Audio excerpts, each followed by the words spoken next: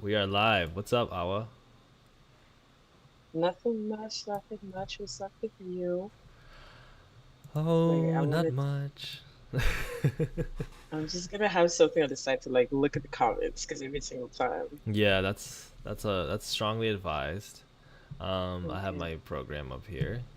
I'm simply Mm. adjusting the screen a little bit, try to get the right dimensions. We'll just do like that. Awa is a YouTuber. Okay. Awa is an illustrator, a designer, and a content creator. Um, from Toronto by way of the car Senegal. Shout out to Paris. Taffy's here. Hello, Taffy. What's up?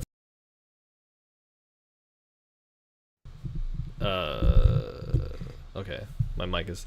I have a lot of tech I need to update because I got stuff that's like going in and out. I'm having like mic. Sometimes I'm having mic issues.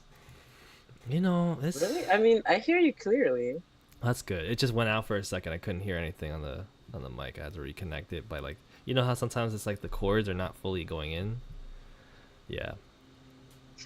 Anyway, uh, we're gonna generally talk about like just bullshit and whatnot, but we're also gonna talk about current events and things like that.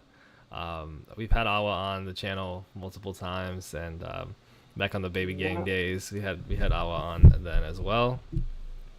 And Awa is very interested in topics relating to um, post colonialism, topics relating to Yeah. cultural exchange and community and fandom as well. Of course, me and Awa, aka B Fly, of course, um, met through Army, through BTS fandom some years ago.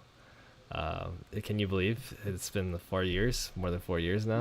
Look how your life has changed. Look how How your both life your has lives have changed. changed. Yeah. Come on now. We're rich, first of all. We got we got the bag. Hardly. We got rich off of exploiting our clout, which is Right. good. Oh my God, I Always remember good. when I was called a cloud demon. Oh, cloud demon.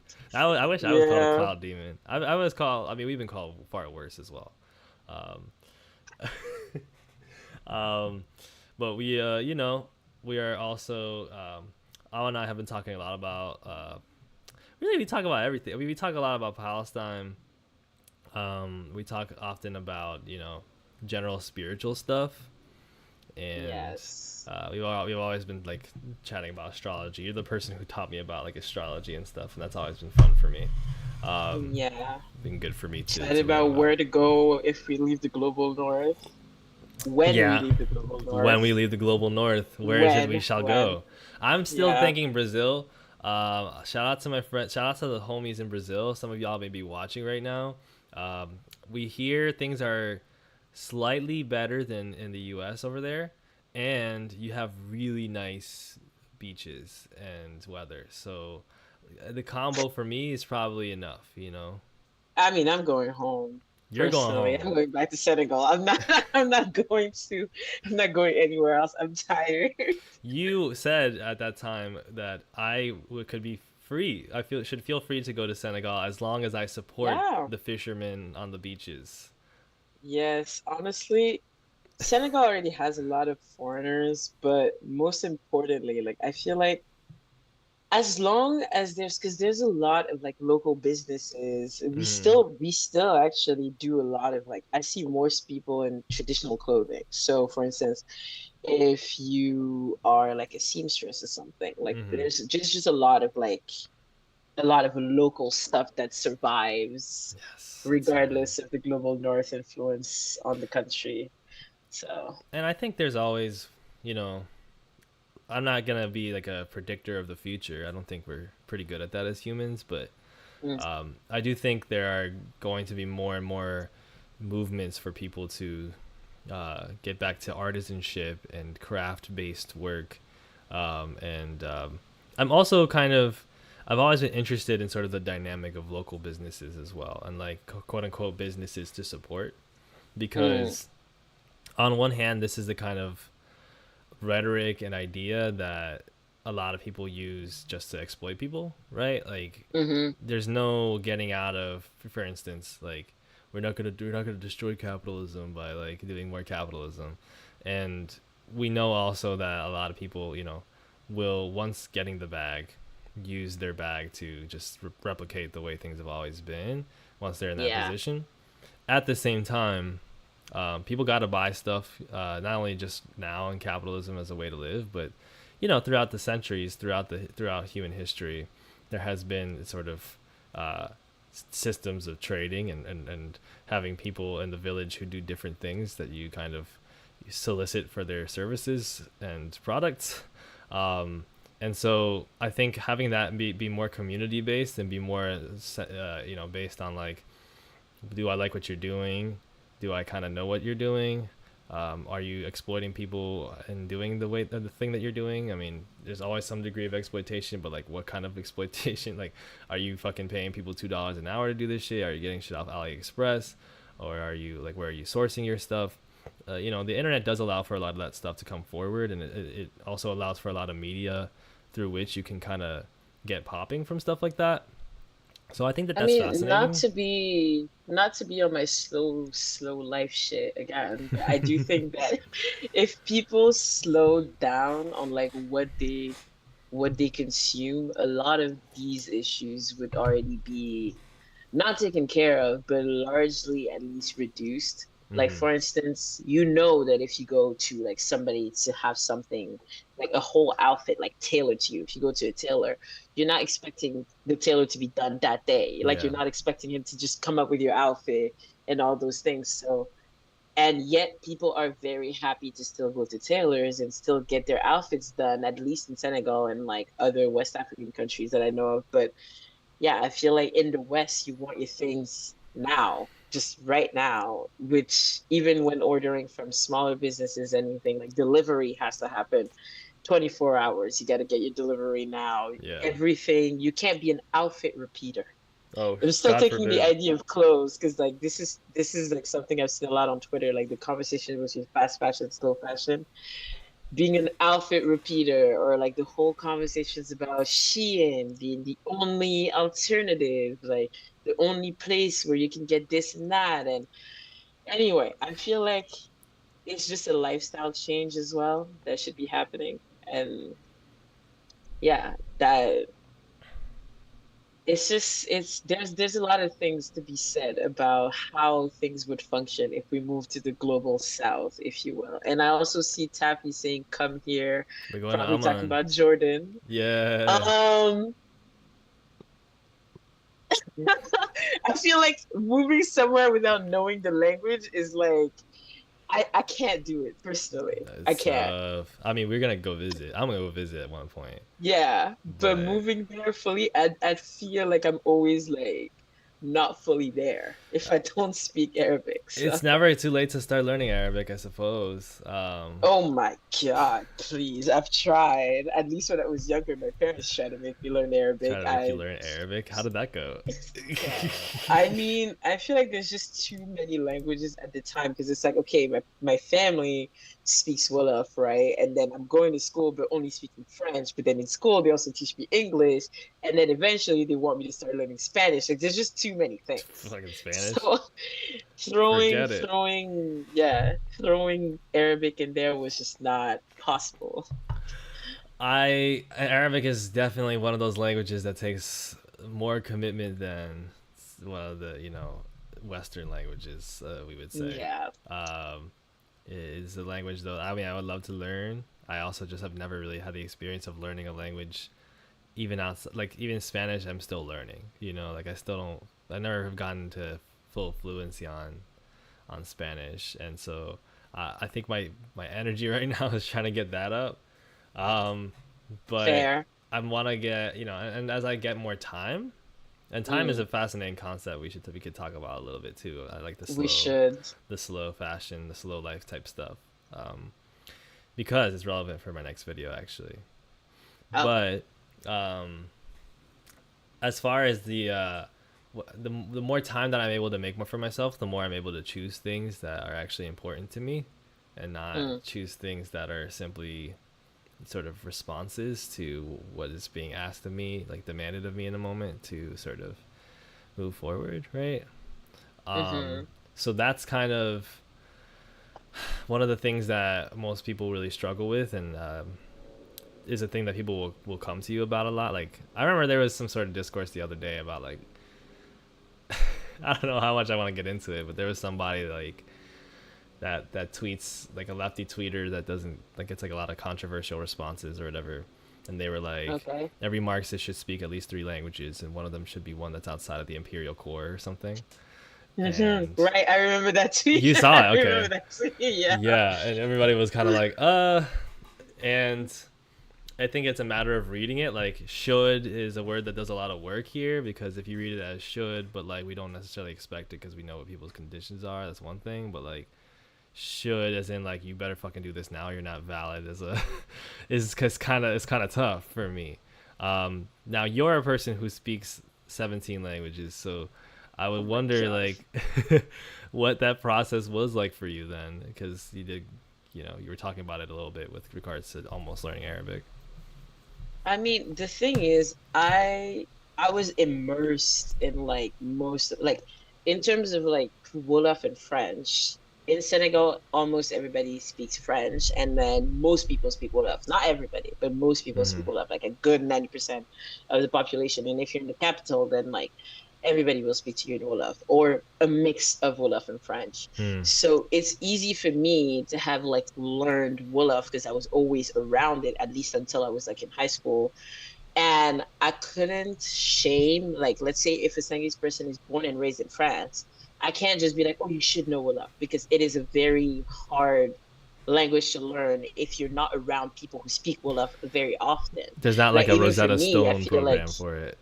yeah, you're not gonna go on Duolingo and find like a Wolof course, and there's no written form for it. There's no like, it's hard to teach Wolof, and it's hard to like be able to actually really be able to speak it if you're not in Senegal, Gambia, in one of those countries. So the whole idea that yeah, you should speak a language that is not, part of I want to say colonize the language is great. Love to. But also, like, even for me, I don't speak my dad's tribal language, for instance, because I didn't grow up in his area. Right. And if I wanted to go back now and be like, oh, I want to learn his language, that's all great and all. But, like, unless I actually live there, it's going to be nearly impossible for me to learn, even though I have a parent that speaks that language. Mm-hmm. So I do feel like the lack of resources in learning, just languages that are not European, that are not, yeah, as widespread as those, the lack of resources, the lack of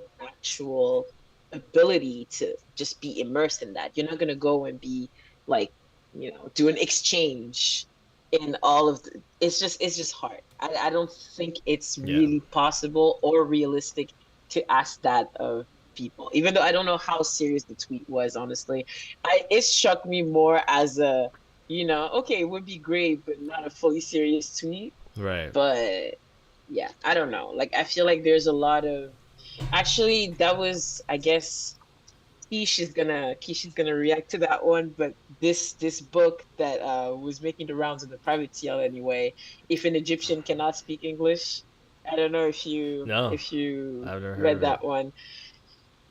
Essentially the main character is an Egyptian American, I believe, or Egyptian British. I don't remember, but she's an Egyptian person speaking English. She was born and raised in an English speaking country. I don't remember if it's America or the UK, but she decides to quote unquote go back to Egypt, but like she's never been. So this whole idea of a return is Mm. kind of like already dicey, where it's like, all right, are you really going back to a place you've never been in? But she is Egyptian, and people who see her know that she's from there, but also know that she's not, Mm-hmm. because there's a way that she, just navigates things that make her not Egyptian. Mm-hmm. So our lovely Shioma has written a little newsletter about that whole concept and based off that book. And I had my my qualms with the book. So does Keish, as you can see in the chat. But the whole idea of like, can you return to a place you've never been, and also like kind of be at home in a place you've never grew up, you haven't Yeah. really grown up in. Like, are you from there? Are you not? It's a thing. I do think um, Westerners, one of the things we've been made to obsess with is an idea of belonging. Uh, Mm, there's a sense that I have to have an ancestral homeland, right? I mean, this is even something that's mm-hmm, like core to a lot of Zionist points. Is like, what if you don't have a mm-hmm, homeland? And like, you have to have a homeland, and like, if you're from a people, there is a homeland that you have to have. That is where you're home.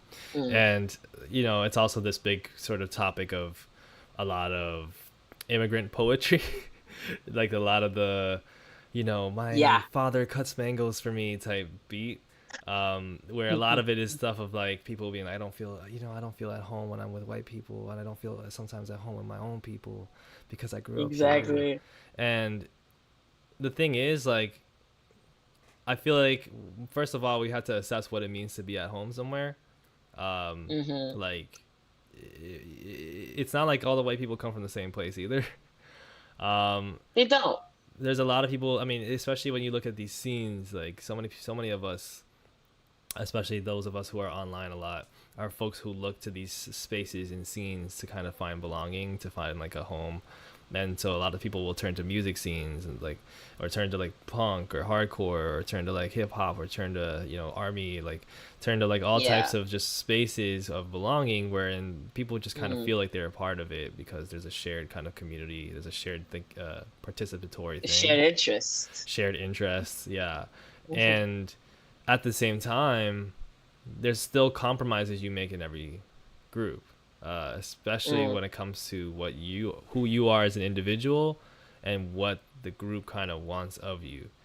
And I think, and I don't want to speak so much out of turn because I'm a dirty American, but I do think this idea of like individuation is very Western as well, very Enlightenment Western colonization thinking, because it's so much about like, who are you really, and what does it mean to be you, and like, what's your path. You don't have to follow the rest, you have to be your own person type thing. But most cultures, especially ones that have like communitarian histories, are ones where it's like, I'm a male, and that means that I farm. That's just like, that's sort of the background, which is not necessarily the same as it is today, but there's that background there. There's that grounding in the sense of like, okay, well, there's things I can't control, and because I am those things, that means that I have a role, and that is out of my control. I'm not going to sit around trying to fight what my role is, or try to individuate Mm. myself into being whatever person I want to be, quote unquote. I'm happy to be the person that I have been made to be. Um, Yeah. that's the part that a lot of people kind of struggle with. I mean, I assume that, I mean, I understand rather that like communities require, the thing is, I guess our idea of a community, at least I'm talking our like in the West. I'm not talking as like our like Senegal at least. Right. But in the West, I feel like we have come to think of community as just sharing an identity or sharing like an interest or this and that. Like for instance, fandoms or communities. So Right. or at least considered communities because you share love and interests. Like, yeah, you share a common love for this person Right. or this type of music or this film, even just even the smallest thing really. Now people can stand just about anything, honestly. Yeah. But yeah, I feel like it depends on also our idea of community because for instance, I've been thinking about this lately where are we really in community with people just because we share an interest or because we share something like, where we were born? Yeah. Does that make you a community or does a community have to be more active? Does it mean, like you said, that you have roles in that community and then you have to interrogate like, okay, am I fulfilling my role in my community? Am I upkeeping it? Am I taking care of it? all of those things, right? And then if you have a role in that community, does that really have to take away from your self-actualization? I don't personally think so. Right. But there are things in the way that, to me, there's been a lot less community building. It's like you all have love for something. You may share like a blurry vision of like, oh, I feel like everybody should be free or have this and that type of like thing going, should be able to have this. Like you can agree on very big lines, but you may not have defined roles. And to me, that might lead to you clashing somewhere down the line. Yeah. Like we see a lot of like clashing when it comes to how we should approach certain issues. Like I see a lot of that in fandoms. Every time there's an issue within the fandom, you will have different people try to, deal with it differently. Not just now, but even before, even things with charts, even things with radio, even things with just anything, like even things that may seem trivial to someone outside of the fandom will cause people to see that there's a difference in, the way people see their role in the community. Like I see a lot of self-appointed Presidents. presidents Yeah. and a lot of people who are like, we don't need any self-appointed presidents, and they Right. have very different ideas of what community is. Yeah. So do you personally think that just shared interest, shared identity, all that, does that mean community to you? Not really. I think it means I think it can and generally often does because a lot of people will like I think what makes community is really the participation in Mm, a you know it's the participation in a community. It's the participation in contributing to what is valued by the community. So mm, if you have a community that, and this is something we talked about a couple of different videos, mm, including the third places one. There's a sense where people seek this community as a desire for self individuation, as a desire for mm-hmm, trying to belong to something and trying to feel like a specific type of person, and even a type of fetishization of it that I think makes people not realize, for one, that individuation and like individualism and communalism are not really that different. They're just two kind of sides of the same coin. mm, And when you have like too much of one, you also have just like what it really means is you just have bad versions of each. I mm, find that people will be looking for community, but they won't be looking for like there be if you have to choose your community and you get to pick it and you get to walk in and out of it based on like what you like and don't like, then it's not quite a community, because community is mm, not just about it being something you like, and it's not just about it being something that you always feel nourishes you in the way you want. Community is about mm-hmm, giving as well as taking. It's about sacrifice, and it's about achieving things with a sense of shared struggle or a sense of shared experience. And if you don't have that kind of credential in the community, if you don't have that kind of shared experience with the community, you can identify with all the different little parts of it that you want. You can identify, you can wear the clothes, you can have the hair, you can have the style, you can have the vibe, you can mm, still say the right things, but it's not going to work because people will be like, but you don't do the thing that you do in the community. Like you don't come to the meetings or whatever. And that means a lot of times people have to kind of suck up this kind of selfishness that we get programmed into. To it's mm, the same similar thing. It's a similar thing with the consumption stuff you're talking about. Like you gotta mm, realize at some point that you're just gonna have to take L's, and you're gonna have to realize at some point that there's just gonna be some things that you just don't get. You just don't get your way on.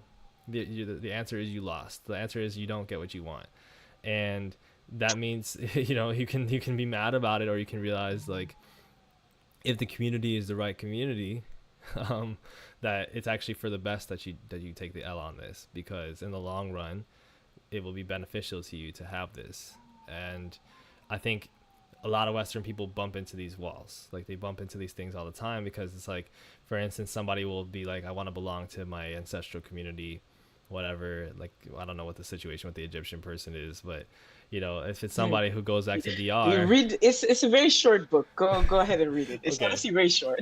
Okay.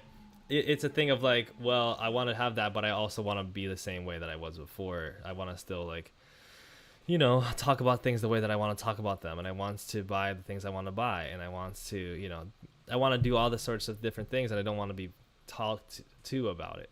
You have to Mm, recognize that at some point attention shows up. There's some people that belong to communities that do continuously sort of rebel against the community at the same time. Like, there are people who mm, have been, there's always people in the village that are like the iconoclasts of the village, but they still belong to it, and part of what they do is they accept this antagonism that they sort of embody, and they let it be because they want to be that person in the community, because somebody's always got to be in the mm. community pushing the community to change, right? And somebody's always got to be in the That's community true.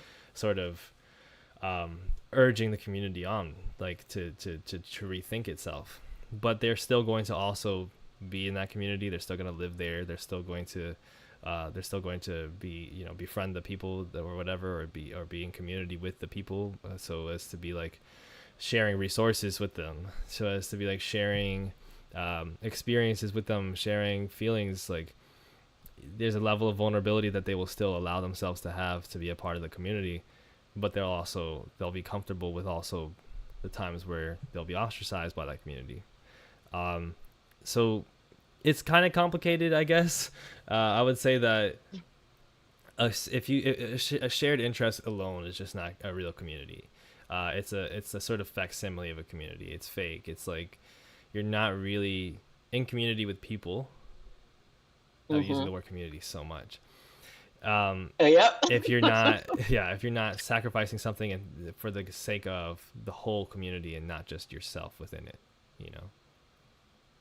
I mean, going back to the point you made about some people will be, the antagonists or will accept that as long as, they're doing this for their community to change or to like push them forward. I guess historically we can see that with the almost every post-colonial leader that, had to take office exactly right after independence for their country. Right. It's like a complicated Yeah. position to be in, and it's for some of them it's like, okay, you were a disruptor, yes, you had their best interests at heart. Method can be questioned.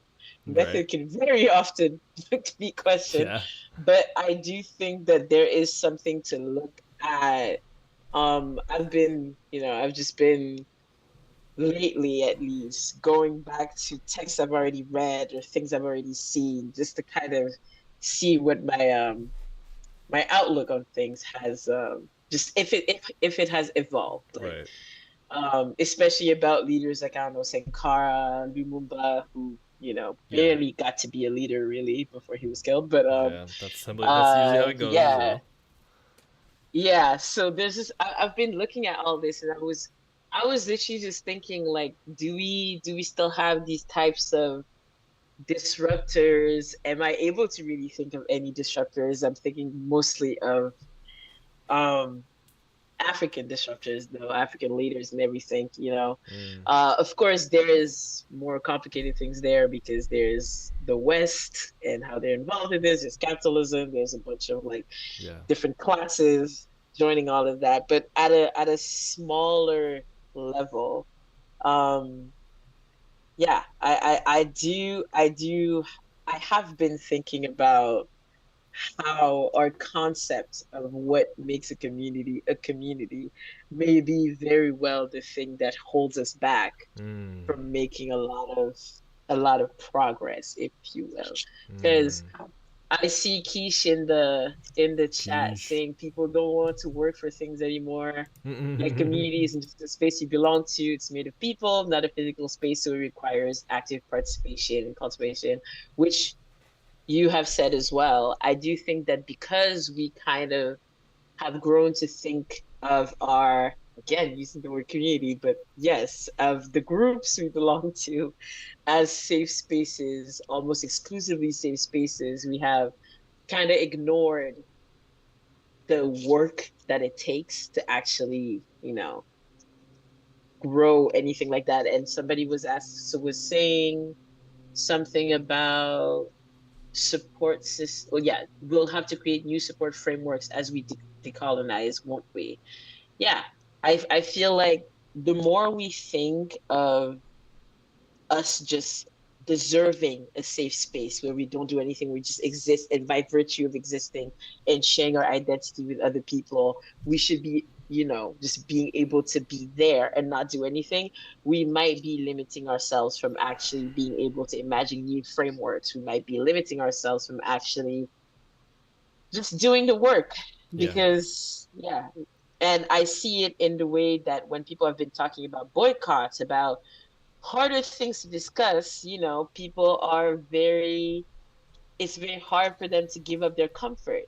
And I think Mm. that's yeah, they think that because, at least a lot of people think that because by virtue of who they are, because I actually see it a lot in minorities right now also, asking why should I care about this other minority, or why should I care about this other oppressed group, and all those things. There's just an idea to me that comfort, and just this idea that who you are, or rather the group you belong to, because you belong to that group, then you don't need to do certain things, or you don't need to do the work, or you shouldn't have to make certain efforts. Yeah. And it's been very annoying to watch, but also very revealing as well. I have a lot of thoughts on this, but can I first turn on my background light? Go ahead. Okay, you can respond to the chat a little bit. I will keep responding to the chat. If you can't refrain from gatekeeping an aesthetic, you can't be trusted with deeper interpersonal work. What do you mean by Bluetooth gatekeeping an mode. aesthetic? Wow, that light is Bluetooth mode. interesting. Okay. Hello folks. Hello, Michael Jackson for M39. It shouldn't be transactional. Yeah, it shouldn't be transactional. And lots of people are so insistent on fandom being their happy place that they prioritize their own comfort over marginalized people's ability to participate.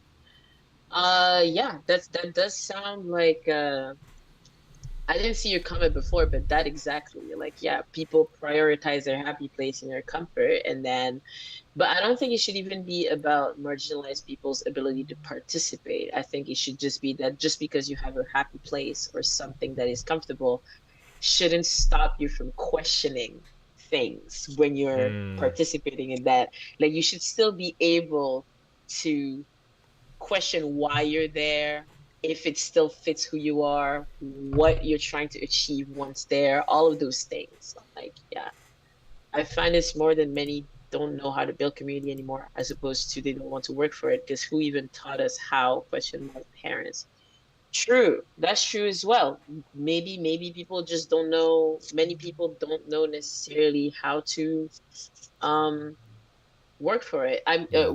how to build it rather than not wanting to work for it. I do think that for those of us who come from cultures that do prioritize community over individual, we haven't necessarily also been shown the best examples, because you will see that a lot of times the priorities will be very messed up. I mean, I see that a lot when people discuss the church and leaving the church and the reasons why they leave the church. I see that a lot when people discuss, their immigrant parents' reactions versus how they see things. Like, I guess it's true. Like, what examples do we really have of successful community building that's important too?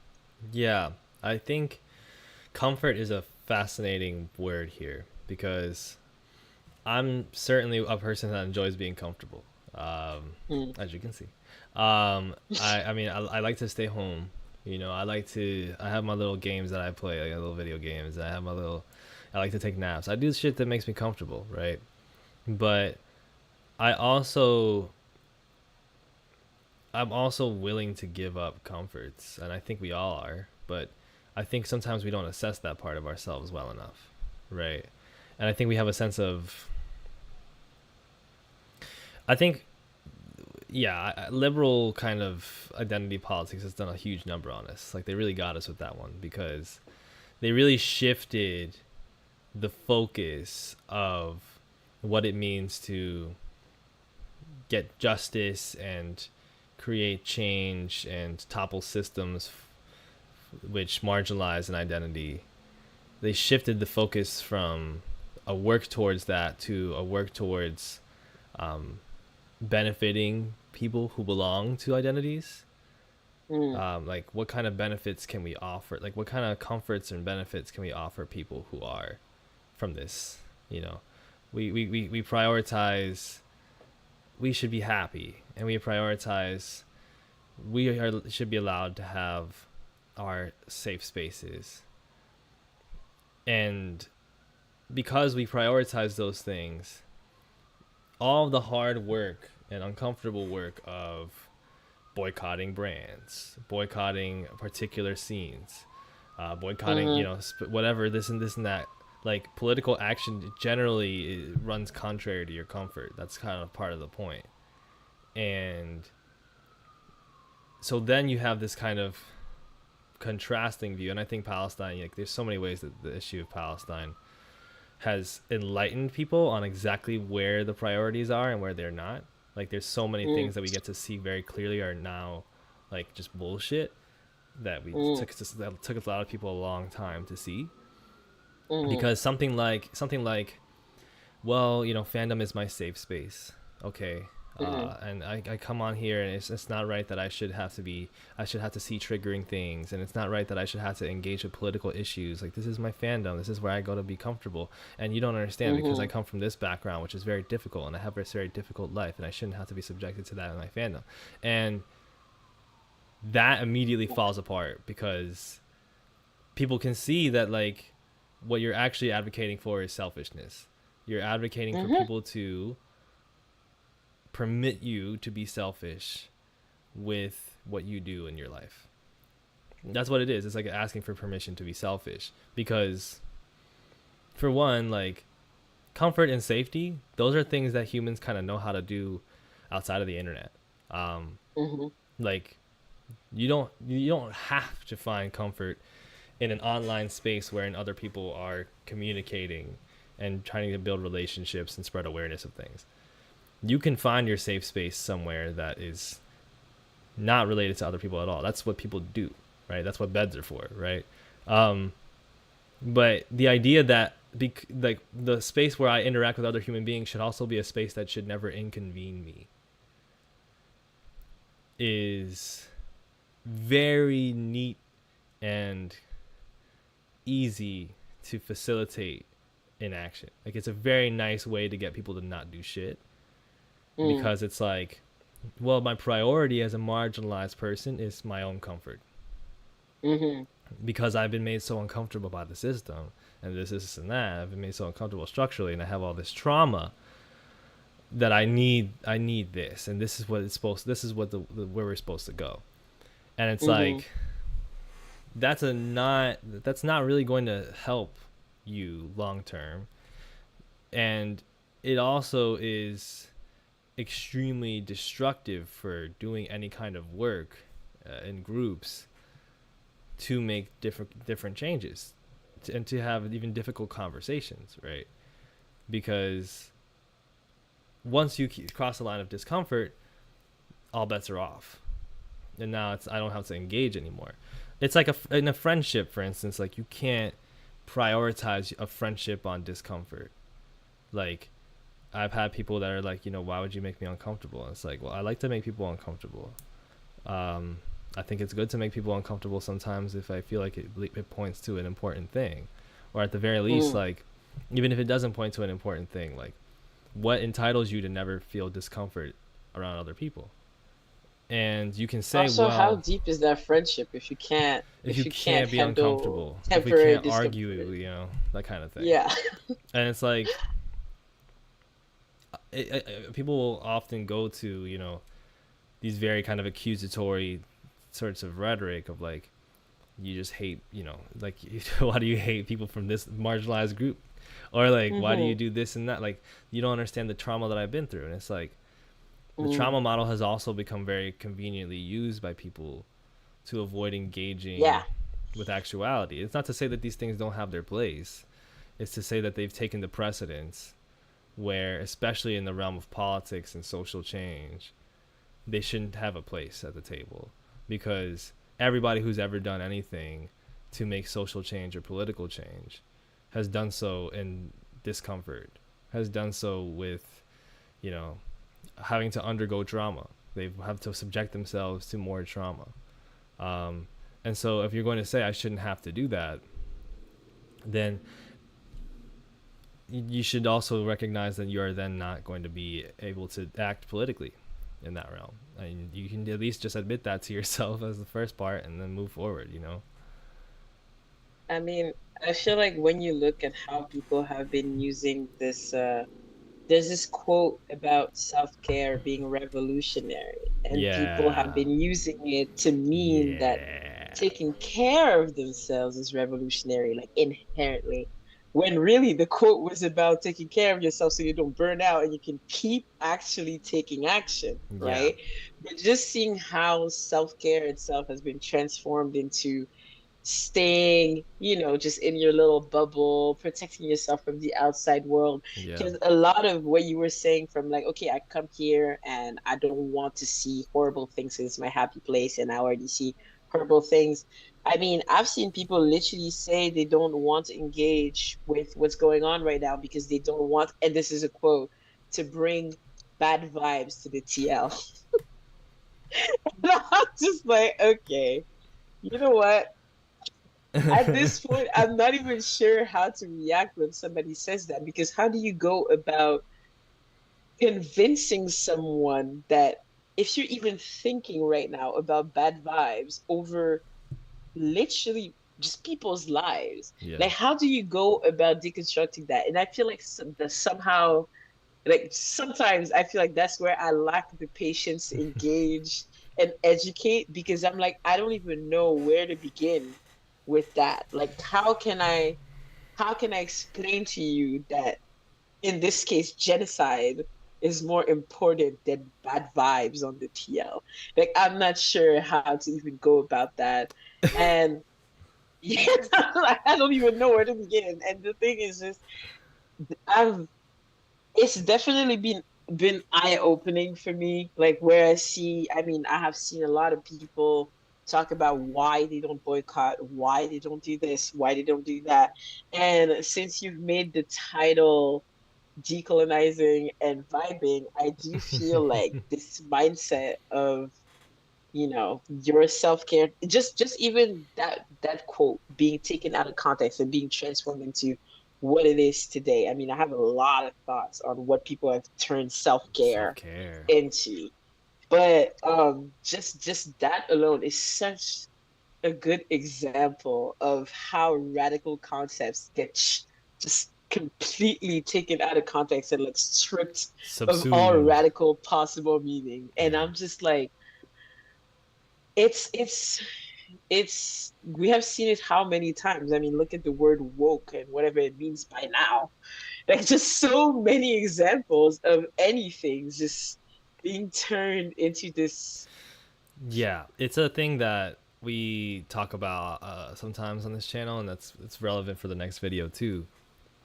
I've been doing some reading and some listening to the Death Panel podcast, which is really good, talking about U.S. healthcare and communism and the COVID disasters. And they have a book, Health Communism, which is really good. And one of the writers we cited in the Hikikomori video, we quoted as Mm, saying, um, the greatest trick capitalism ever pulled was convincing people that health is a personal responsibility. hmm It's why self care is just kind of a oxymoron in the first place, because hmm you can't really care for yourself all that much. Like, there's only so much you can do. You can get some sleep, but how easy is it going to be to get some sleep if you have all this noise around you that you can't control, right? How easy is it going to be for you to be able to get your hygiene on the right level if you never have time to go home, right? mm, There's all these different things. I mean, we see this in Palestine. Is such a relevant part that kind of gets glossed over, is the absolute eradication of so many different health measures and health hmm resources, which it's not just death is not the only measure by which we should be examining oppression and what happens to people. hmm Disability and the disabling and the active destruction of health of peoples and communities, um, is something that can be done by an outside force at a whim, out of your complete control. And there is no, well, you have a personal responsibility to keep yourself healthy for your, like, there is none of that shit when you're fucking in Gaza. Like, there is none of that shit even in so many different areas around us, even for like Hmm. unhoused people, for people who have to beg for money on the train. Like, there's this attitude of antagonism towards these kinds of folks, like where you go on the train, you see a person with an unpleasant smell, and you're like, what's wrong with this motherfucker?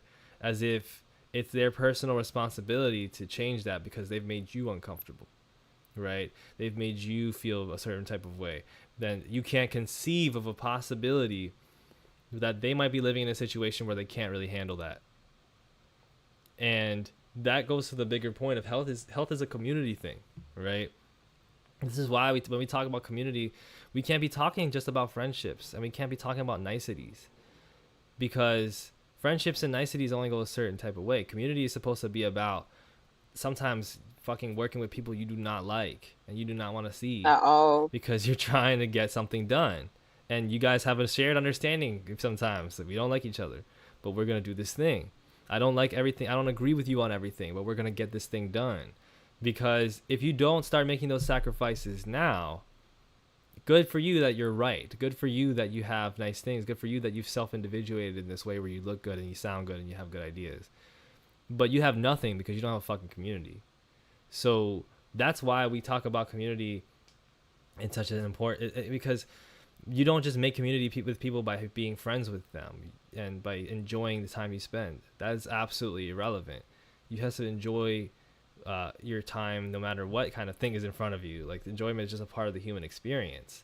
It's not something that's dependent on having a community or not. But community will cover way too many. That's why we organize in communities, because we're able to then assess and distribute resources. That's how communities began. That's how civilization began. And and so unless we're talking about fucking doing something radical to help the conditions around us, even if it's something like unionizing or if it's something like Mm. protesting, um, if we're not talking about these kinds of things, I'm not really interested in talking about community with you. Um, And that's the problem, is that now it feels like, okay, when you say you're not in community with someone, if they happen to share something that is considered a big part of your identity, like in my case, there's this quote I think by Issa Rae that's like, I'm rooting for everybody black. And right. people since have been saying like, I'm not actually rooting for everybody black because I'm not in community with some of you. It's like, if you happen to just be like, yeah, you know what? I don't want to discuss community with you, but at the same time, you share something of your identity with that person, then the response to you saying that you're still not in community with that person just because you share a big part of your identity with them is usually very negative. Like, the response can just be Yeah. like, how can you say that? Like, how can you say that you're not in community with Justin Trudeau's live right now? I have to laugh. Anyway, how can you say that you're not in community with someone just because, well, when you share something with them that is as important as race or a gender identity and all those things? But I think when you say like, yeah, you have to be in community with some people that you don't like as long as you're achieving a certain thing, it's like, maybe we lack vision as well. I mean, maybe we do. We certainly, I feel like a lot of people may not be able to put their personal biases aside if it means getting something done. And you would have to have really an idea of what you want to achieve before you are able to build the community that you want to build. But then that Yeah. brings us back to the question or comment that somebody made in the chat earlier, which was like, people may be willing to do the work, but they don't know how to even begin to Yeah. do it. And then you have to find examples of that, or just people who know where to begin. Because if we're gonna have a community with roles, then it also takes realizing that some people will not be the ones doing the theory stuff. Some people won't be the ones leading certain things. Some people are good at keeping it, going and keeping it steady and all those things. So if we recognize that everybody has to play a different role, then that also means that, approaching it in good faith, some of these people may already be willing to, put in the work, but like that person said, not know Yeah. exactly how to go about it. And in that case, how do you overcome that? I think there's not a you can't have a concept of freedom if you don't have also a concept of what you just give up on. Like giving up is an important part of freedom, surrendering your control. Mm, Because only through surrendering your control can you then examine what you actually have in front of you and what you actually can control. mm, Which is, you know, so much of what leads people to all these issues in terms of their anxiety, socially, in their sort of ostracization or their loneliness or all these different things is this sense of like I don't know what choice to choose because I don't mm, know what direction I'm supposed to go in. I don't know what my role is supposed to be. And mm, they kind of spend their time trying to figure out what is my role? What is my role? hmm. And Oh, somebody said very interesting thing in the chat right there. Sorry to cut you off, but I'm like, I feel like you might want to add that to what you're gonna say. which one? Ricky's people say, and do we have the grace to accept the flaws of those best suited for a certain task? I Right. feel like that is something to definitely I think address. I mean, this is something I kind of worked with Lily Alexander a little bit, and I haven't checked out her full video yet that she just dropped. But it's Mm, about sort of like the fascism of endings, right? And there's this constant idea because fascism is this very malleable thing. It doesn't really mean much, right? Like there's certain things we can understand about like where fascism develops and what we can sort of name it when we see it. But part of the mm, point of fascism is that it's not really supposed to have a real ideology at all. It's supposed to just be a bunch of bullshit you cobble together to develop sort of a sense of an identity. And usually mm, that sense of identity comes with some type of like an idea of an ending, some idea of a death, and that death has to be a kind of permanent negation of somebody's humanization, permanent negation of a person's humanity, right? And if you think about much of what we think about in life and much of the things mm, that become part of our central anxieties in the West, it mm, is this confronting a fear of a permanent negation of our humanity. It's mm, confronting of, for one, the idea of death being something that's like the ultimate worst bad thing because it's death and your life is over and that's the final end, right? Where we had so many, historically we've always had cultures that understood death to be just a part of life and to be also mm. something that you welcome to a degree and that you pass on to the next generation. Yeah, and And it's not supposed to be the end in a lot of cultures. Yeah. exactly, and enlightenment thinking sort of brought on this idea of the life being the life, that the only important thing, right? Mm, And so when you have this anxiety over your life and this fear of this particular ending, right? You operate in mm, so many different ways that you might not if you had this understanding that your life and your death really isn't that important and you're just going to keep doing your thing. Um, and there's many instances like that as well when it comes to like what we talk about with cancel culture and whatnot. I mean, it's not a coincidence that much of the mechanisms that we've kind of developed in mm, capitalism to supposedly try to carry out social justice are just these replications of punitive measures from capitalist incarceration systems, right? Like we yep. want to, if somebody's bad, if somebody does a bad thing, they deserve to fucking die and never be spoken of again. If they deserve to be deplatformed and then never get a platform back, if you associate with that person in any type of way, then you also you're supposed to go, And this is not some big coincidence of human natural whatever. It's a fascist tendency that emerges in fascist cultures, where we can't understand at the same time whether, for one, if somebody's a bad person, that they can change, obviously, but like also that a bad person can still do good things and that a good person can still do bad things and that Mm-hmm. a good person can become bad and that a bad person, even if they never become good, can still have a function and a role in society, even if we don't want them to have the same whatever. But instead, our only lens of looking through it is like, well, this person's bad. They should just be eradicated from our community. We should never have to look at them in the Mm-hmm. face again. And if we do, then that's a problem with the community, and the community needs to die. And it's just Mm-hmm. everything has to be a complete finality, to where there's no possibility of going forward, because at some point something's going to show up that says that creates a kind of conflict, and to somebody that conflict is going to signify something needing to die and be permanently dead. Whereas nothing really dies and is permanently dead.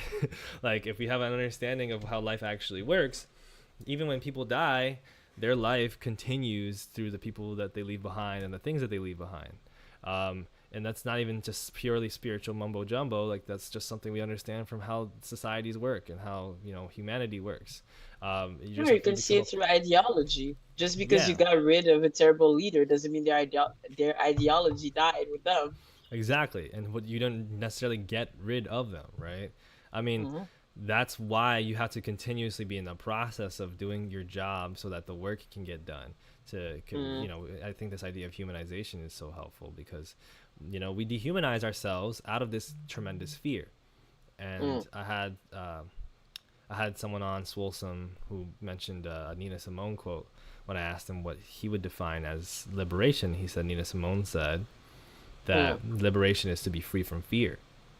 And Mm-hmm. the big thing that I notice when it comes to all these people and all their bullshit is that there's just this really big fear there that they can't get over. And so you can break down to them logically all these different things, but ultimately they're going to choose the thing that assuages that fear, rather than something that humanizes them and humanizes the people around them. You know. I think that was a very good point to what Ricky's people said, and they're bringing up more good points. Sorry, I'm Yeah, eating Ricky's people just candy. preaching. Quiche, yeah, just the chat just doing its thing. But Quiche says the main issue with cancel culture to me is that you can't hold someone accountable that you are not in community with. Accountability requires a pre-existing relationship having been built. I think that is absolutely something that we do miss. And I'm taking the example of fandom again because I've seen the word accountable, accountable, accountable being used so many times. Right. Holding a celebrity accountable, Yeah. for instance. I don't believe it's possible. No. You can't hold a celebrity accountable like you said that you're not in community with. And I mean, I do understand the fact that there are definitely, like Sindra says, moral binaries there. And I definitely see what you mean when you say that, like, it's like we shouldn't have to look at this person again, the death of something, all Yeah. of that. But at the same time, where do we draw? Like, there has to be a line drawn when it comes to like people we platform or Yeah. support and all those things. Or, but at the same time, I also see where it goes too far because I have seen some people use our view of things, or rather, like, okay, you shouldn't be glorifying this person because they've done this and that and that, when applying this to like historical figures. And then it gets very complicated because you will be talking about somebody that, let's say, is a Uh revolutionary. huh. You're talking about their ideas and like their theory and things that basically are beyond who they are as a person, really. And then people will bring up that, well, they have done this in their personal life, and then that means you shouldn't be glorifying anything they've said, or you shouldn't be looking at anything they've done because they have done this or they have said this and all that stuff. I feel like I understand people refusing to engage with certain individuals that have done certain things, and there are always cases where I'll be like, yeah, I get why not, why you wouldn't put, money in the pockets of certain people. But at the same time, just, yeah, I see a lot of is again taking the issue of fandoms and their idea of holding celebrities accountable. Right. I see a lot of double standards where you will talk about get holding somebody accountable if you personally in your heart believe they're a good person because you liked them before, and then this accountability, or this idea of accountability, which already is does not exist because you're not in community with them, like you said, this idea of holding them accountable disappears for people that you in your heart don't believe are good people to begin with. Yeah.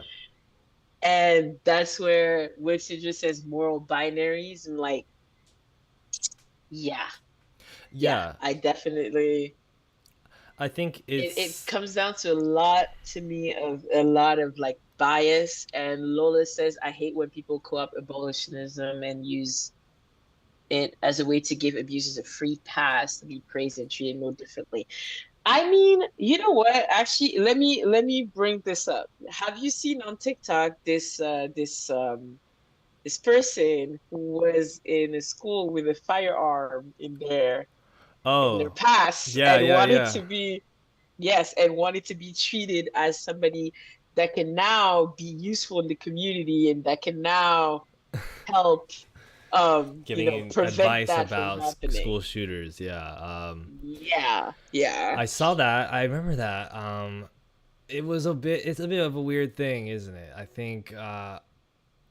I think there's a line that has to be drawn about morality in general. I think we have to engage less and less with even the idea of morality, like as being the thing that we should be prioritizing, and Mm, because like we all have different moral systems and moral luck. mm, Like some people don't have the fortune to be able to make the kind of moral choices that we can make, right? And I think in the case of the school shooter, um, whoever that guy was, it mm, was a situation where this person, I think, I don't know what is in his heart. I didn't see the situation up close, mm, but I think the problem becomes when it's a matter of assessing whether he's good or not versus mm, what he's doing and what he's not doing, and like what the mm. action actually means in the long term, because people are just hyper focused on the idea of just whether or not a person's good. Yeah. Is the person good morally? Are they a good moral person? Are they a good person? It doesn't fucking matter whether someone's a good person or not. There are rich people who are extremely good people, very kind, very respectful people, never hurt a soul in their life. And then there are poor people who are, very mean and do mean things. And that still doesn't mean, like, politically, that we should just get rid of the bad poor people, and only get rid of the bad rich people or whatever. Like, that's not a thing that exists. Our whole goal is not to prioritize giving resources to people who are good. It should be about assessing the inequity, the inequality that's inherent to our societies, and how the resources are distributed wrongly in general, and how resources should be distributed equally overall. End of story. And I think where it comes to that is like, if it's a matter of him doing something with the TikTok that we really saw Mm-mm. was making this positive impact, like I can't speak on that, but the focus tended to be way more on like, well, he changed and he got rehabilitated and he should be allowed to try to do this, where maybe in the long term, like that's not even really something he can do right now. You know what I mean? Like, Mm. is it really our call? Like, even if he's doing this out of the kindness of his heart or whatever, and he's made this change, like, does that still mean that his presence is a net positive? Like, that him doing this is a net positive? I don't know. I don't think so. Like, I think it sends an uncomfortable message about what kind of way we can treat school shooters and these kinds of people who victimize others or who are close to it, because he didn't really kill anybody, I don't think. um, Yeah. Um, as long as they sort of didn't? No, he perform a didn't. He morality, didn't. Yeah. right? Like, as long as you perform a sense of morality that makes us say that you're a good person. I mean, this is the Mr. Beast discourse too. Well, he's a good Oh guy, he's God. such a good guy, and it's like, well, it Because doesn't he's giving fucking, so much, and he's giving yeah, so much, yeah. and what I don't see you trying to do good things, and it's That's like, the thing. That's what, the argument of what are you doing? And do what you hate charity? you hate charity, you don't like more you so he's just a moral guy, he's just doing his, and it's just like, if we just let go of that idea, like, I'm not even trying to argue about whether the guy is good or not. The point is, if Mm-hmm. I see this motherfucker donating to give blind people surgery so that they can see, um, Mm, the whole thing exists as a way to just focus on the morality of the person doing that, and not on the fact that that shouldn't be a thing in the first place. And mm-hmm. it does that very intentionally because it allows for people to think that this is the way we solve problems. It's just to have good moral people do good things, rather than the fact that we have a completely inequitable structure, a completely unequal structure wherein some people would just get fucked. And we should stop, fucking people over so much when they're blind and are unable to afford surgery to see. We shouldn't stop fucking disabled people over. And maybe you can make all these comments about what he should or shouldn't do with his platform. It doesn't really matter. What matters is what he is doing is not a net positive, no matter how kind it is or how good it looks. The same thing with Hamas. Like, oh, the whole conversation, oh, Hamas is doing killing innocent people, and you support killing innocent people. It's like, this isn't a morality question. This is not a question about people being able to make moral choices in these situations. It's not a question of me thinking that they're moral. It's a question of me seeing like what caused the situation and what is the best way to stop the situation from occurring so that the society that we want happens. In this case, we don't want nobody to fucking die. So how about we do the thing that we know is not going to make people die, which is ceasefire and end of occupation, right? That's the thing. And then of course you have all these conversations about what that means. But the point is that we continuously ignore thinking about what's positive, what makes a positive impact, what is the right thing to do to construct the society we want, Mm-hmm. because we instead want to focus only on the morality of the actors. Everybody's Mm. addicted to this idea that we just need a world where people are better human beings. And I gotta tell you, even if everybody tomorrow turned into a much nicer, kinder person, this fucking world would still be the same way. It would still suck. And people would deteriorate back to what they are. It's not about just kindness or humanity or morality. It's about fucking exploitation and oppression. What's up, Turb? And is that was a very I have literally no notes. No notes. Right? I mean, Who knows? I mean, the school shooter part, there was a larger discussion afterwards about like the fact that he's even able to do this, and then that goes into a whole other thing where like formerly incarcerated people, if they are white, have a much better shot at, right. being heard as possible agents of change versus a formerly incarcerated person that is not white, that is not male, all of that. That's a even other thing because then you get into, I mean, from what I've seen anyway, because there was a black trans person speaking on that exactly on TikTok, and their comments were kind of like, well, he can't change that, so why make it his problem, or should it mean that he doesn't get to speak? But somebody brings up something that I'm sure has been, it's been looming over our heads a little bit. I feel like we kind of Mm-hmm. uh Mm-hmm. stayed away from it, but it's there. What do y'all think of people wanting Mm-hmm. celebs to speak up on issues, celebrities speaking up on issues? Because on the one hand, not speaking up is despicable, but on the other, why do we need elitist bourgeois to speak on it? Um, well, I think I think celebrity is something that has always had some type of function throughout the world. There's always been notable people with notoriety, even long before the internet and digital media and whatever. Um, it was obviously very different. But if a person in a position of power in, medieval Europe said, Mm, stop using this herb, it is the devil's herb, people would be like, you can't use that herb anymore. So it is always a thing of a person, with what we call a platform now, a person that has mm, amounts of reverence and attention. it, mm, you know if they whatever they choose to use that reverence and attention with is something we should pay attention to. I mm, think it's on one hand true that we like the where's jaw joke just never stops being a good joke, because it's like the whole thing of every time there's a social issue being like, well, what does fucking what does fucking Heidi Klum have to say about this? It's like, I'm not sure why that was a thought that came into a person's head. But mm, at the same time, if Heidi Klum shows up to a pro Palestine rally, I'm gonna be like, that's dope, because there's a lot of people who look at Heidi Klum and are like, hey, I respect you. not So Heidi I have Klum. no idea if Heidi Klum is the. I mean, you sent me a DM of Kid Cudi today at a pro Palestine rally. Um, Yeah, yeah, yeah, like, yeah. that's important. I think that that's important. I don't think it's too complicated in terms of whether or not we should approve of and like even pressure public figures to get educated and to do the right thing. But Mm, it is also a problem. It's a problem when it becomes, for one, again, the moral thing of like all about whether or not this person's a good person or not. Like, I don't give a fuck if Eric Nam is a good person or not. he should Oh be God, better about some please. shit. Not even let's not even get into him because that's been the whole thing with Has it been him a? It's, I don't specifically. know what the developments have been. I met Eric Nam once. He's just very nice to me. Seems like a very nice lad, very nice man.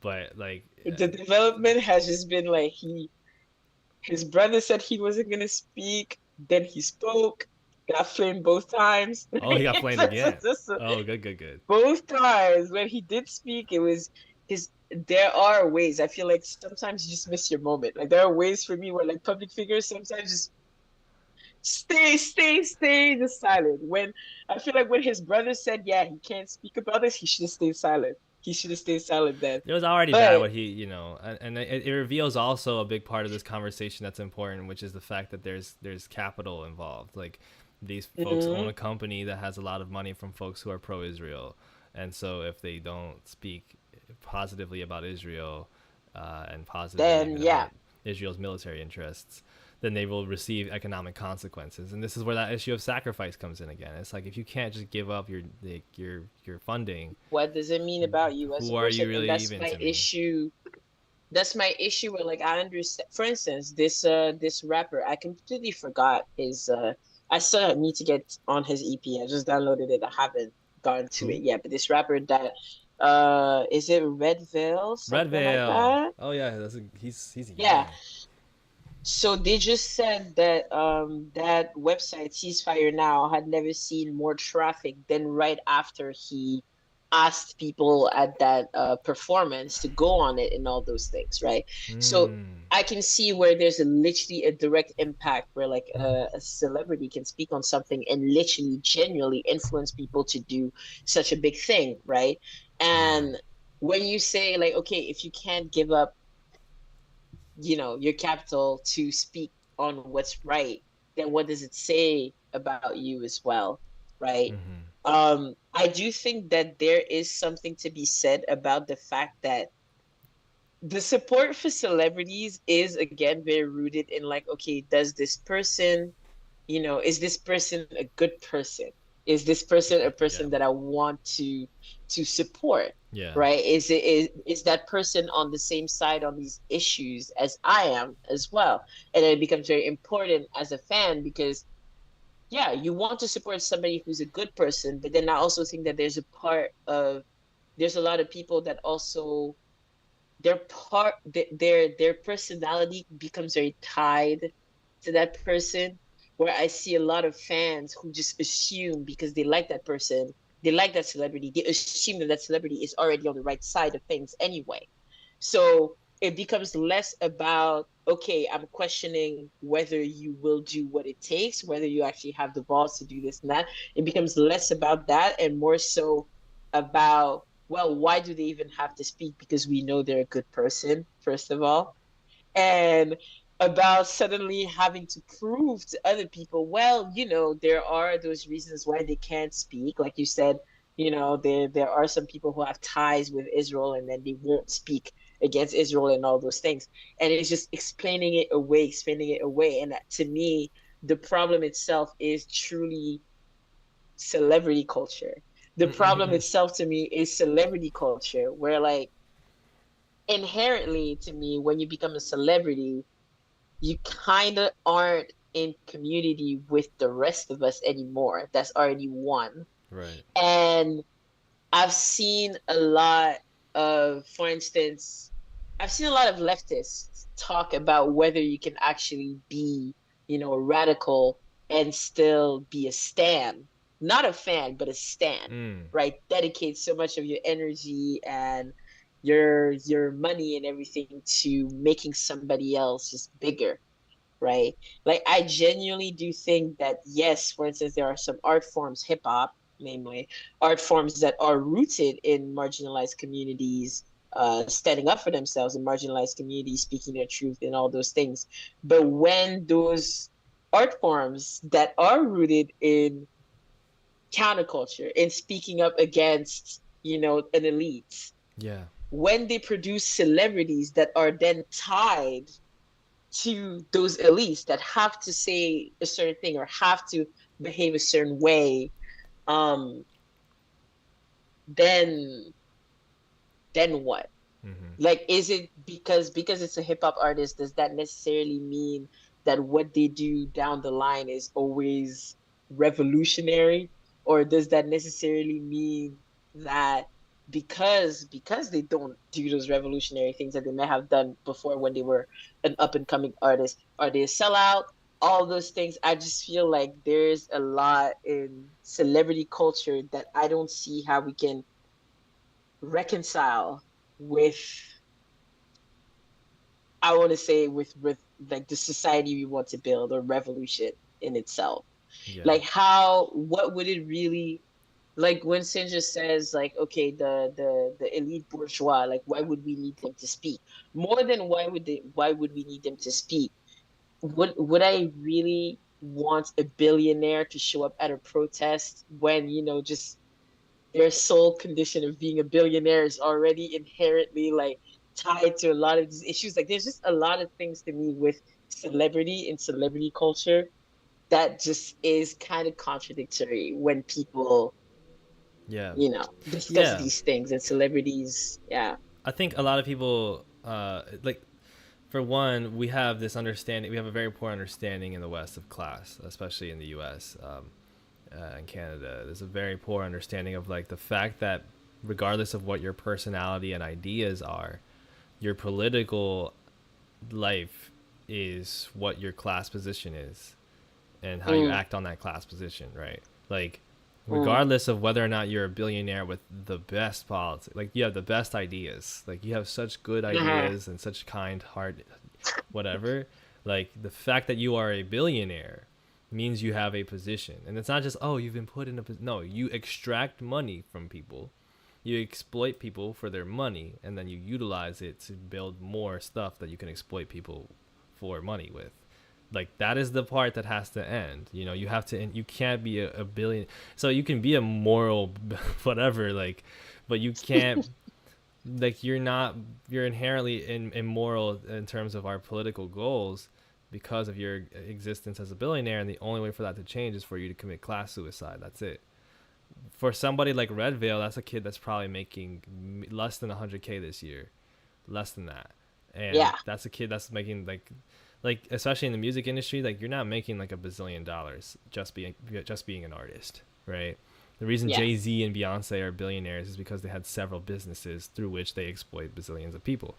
But Yep. being artists, as good as the artists as they are, is not part of their class position anymore in that sense. Um, and that's the thing that, you know, we always again think about the morality of people when it comes to politics. It's a complete Mm, disarmament. It's a complete, like, we strip ourselves of so much power by just thinking about people's morality. Well, this guy I met, and mm, he said she's so nice, like he gets it, and he really gets it, and it's like, but what is he willing to do, and like what does he do, like what does he get in life? There's just no way to make Google revolutionary, right? There's just no way to make no. Amazon revolutionary. It's just not a thing. Mm-mm. But you have to disarm it completely as a position of exploitation. And because of that, I think celebrity culture in and of itself, I think it will evolve no matter what the systems are. But the reason, what we call celebrity culture is this understanding of a cultural production by capitalists. It is celebrities necessitatively having to have their capital be owned by capitalists and relying on the capital of capitalists to maintain that position. So what we kind of get mixed up is it's not even about the person's platform and their voice. It's about the fact that they receive their money from somewhere and they do a certain thing. And so there's certain celebrities that are still, you could consider celebrities, but they don't get their money from oil tycoons. They don't get their money from billionaires in the US. They make money by making art, and they make money by Mm, selling merch, and they make money by touring, mm-hmm. and they make money by having small businesses, right? Which Mm-hmm. again, like small business is not the fixing of anything, but I'm also, I feel like so much of the small business class could have a revolutionary character of some sort, just because of how contradicting their class interests are in reality with the ruling class interests. But even then, Mm, like somebody can have $1 million maybe, because they have a couple, well, small businesses that are doing well. Mm. That's the difference between somebody like a Boots Riley, me caring what he has to think, or what a No Name has to say, or what Kendrick has to, what a um, Yeah. don't know what to do with Kendrick. But for these folks to be doing this, I mean, Lauren Jareggi has been like super fucking vocal on Twitter and has gotten like so many Very vocal. super fucking vocal, like just going full socialist pills on Twitter, and Mm. that means something. It genuinely means something, and it's a type of celebrity that exists outside of a hierarchical celebrity, which I think is Mm. actually that's a tool to that. I'm actually fairly optimistic about you know the way that we can push celebrities to become more leftward and the impact that that has. I've seen people change because the celebrities that they follow have posted these messages. I've seen the way Mm. that that affects people. It has a huge impact when you see people like in the World Cup, and it's in Qatar, and aside from other thing that's fucking going on in Qatar, you have all these Mm. Arabic people here and all these free Palestine chants and flags out there, or you see these things on the media, like, or you see certain celebrities using their voice. It does have a real impact, and the more we can push for those celebrities when they use their voice in a way that we agree with as people, we agree Mm. with as a political class, if we support that, and then we also, I don't know about holding accountable, but we in some way repudiate the celebrities that don't do that. Mm. It's another version of like boycott. It's another version of divestment. We're not going to give you our money or our capital as social beings anymore if you're going to be a motherfucker who uses pictures of Israeli kids to justify murdering Gazan kids. Like, this is just not what Mm. we're going to do.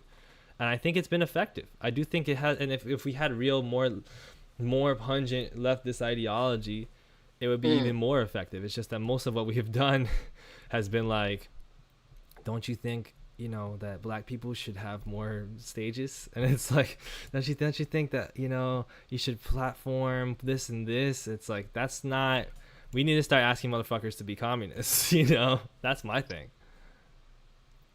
I mean, just what you just said, like, shouldn't Black people have more platforms? Again, it goes back to this idea that because you are part of a specific group, then the work is already done. And that's Mm. just it's just not enough. It's like that I feel like one person to really see all of this through is like Beyonce. Like, okay, Beyonce is a billionaire, but then you'll have people being like, yeah, but she's a Black woman. And At the end of the so day, yeah. because exactly, and so because she's a Black woman, there's a lot of people that feel like they're in community with Beyonce. And I'm just kind of like, you are so far from ever being in community with Beyonce. You might share an identity with her, which is that of a Black woman, but you were not in community with Beyonce. And it's just this idea that also just what bothers me the most, one thing that really bothers me is when celebrities use like revolutionary imagery in like music Che videos, Guevara with in Bling On and albums. Complex, Oh, yeah. yeah, all of those things, like, or even just protests. I mean, ASAP Rocky, he loves himself a little, he loves himself a protest like video and all those things. And then at the same time, we know he's the same person that's like, yeah, but I don't know about Ferguson and all these protests because Right. I'm from LA, I can't relate, right? There's just so many things where I still remember that Grammy performance. I think it was Lil Baby. um was it Little Baby? The Grammy performance, like Yeah, right the little baby after performance, the yeah, BLM one. just exactly. I'm like, I understand where when art is being used as actual activism, and then there are moments where it just feels like it's just what it is, a performance. It's Because just a it's a matter of what are performance. people actually saying too, like what like you can have the aesthetic of like providing a message, and celebrities can be good at Mm. this, and then not actually have to say anything that's revolutionary. It's just like I'm pro this, I'm pro that, I'm all about my Asian people, da da da, and then you support funding the police so that people who attack Asian people on the street get incarcerated even more. And it's like, that's not helping Asian people, bro. But if a Not motherfucker this would let a motherfucker go on the Grammy stage and say fucking hasta la victoria and fucking burn everything down type shit. Then I'll be impressed. You know. Yeah, it's. I mean, who is that again that did that? That actor, right? Which one? What happened? The one that was that put up like a like if you catch these people that attacked this Oh, it elderly was person, Daniel Day you get this. Kim. Yeah. Yeah, very, very, very disappointing moment for me. As a known The Daniel Asian Deacon celebrity, sister. the Asian celebrity industrial complex has never been like. I have a friend of mine, God bless her. She's white, and she's like, "Have you seen Beef? It's really good." And I'm like, "I'm not gonna watch Beef. I'm not gonna That watch Beef, bro. was that was certainly something that I whole am not thing watching. where like oh but they're friends with that person oh but he meant it as a joke. It was a I joke don't type even want to thing. touch that because It it's was that was pretty. a It was whole pretty ugly. that discourse as a whole. But that's the thing. I'm like, how many? Sometimes I just doubt. I'm like, how many celebrities do we have, right? Like you said, the ones that actually aren't relying on, certain revenue streams, the ones that actually, like the ones that are actually saying something interesting or pushing for actual actions. Okay, then how do we make sure that we support them in a way? That's not just doing capitalism. Yeah. Exactly. Um. Like, okay, now I'm like, let me get into the album. All right, then I'm gonna open Spotify and then, hope that I don't know. Let's see if he gets Let's to hope these number are one, and bombs. then Yeah. it goes back to Billboard. It's like, all right, Yeah, no, I don't think the now billboard what? is the way to do it. I don't think even buying music necessarily is the way to do it, unless first of all, it depends like what's your company. Like, are you releasing shit independently? In that case, then yeah, like I'll spend my money on your album if I fuck with you. Exactly. But are you with Columbia Records? And Are then in you on that the case, Columbia it's not. Records? You know, are you doing this? Are you trying to chart? Are you trying to like what are we trying to do? You know, maybe at the very least I can give you a follow. I can give you a follow like your post. You know, I got you on that. Amplify whatever you do, I'll expert. amplify it. Yeah, I mean, it's not like I'm gonna hate on somebody if they have a good message just because they have some other shit going on. Ties to. I'm not a hypocrisy pointer outer. You know, I'm not Mister. We live in a society, but you still live in it. Yeah. You know, so you shouldn't Oh, but you have criticize an that. iPhone. You have an You have an iPhone. iPhone, though. I'm not that guy. Like, I'm not that guy. But I do think a big thing that we have to be thinking about more and more is, what we're consuming and how we're consuming it. Which I think the Absolutely. slow Where life we're thing. spending our energy. I mean, Like, this is the I'm just degrowth like, thing too. yeah. And like how much time? Okay, the amount of time and that's also it is a valid thing, but then people talk about it a lot of time. It's like, okay, they'll be on Twitter being like, well, why did you spend so much time trying to get this celebrity to speak up when you could be actually, spending time talking about this? And then the other person will be like, well, if this celebrity speaks up, then it amplifies it even more than I could, and all these Yeah. things.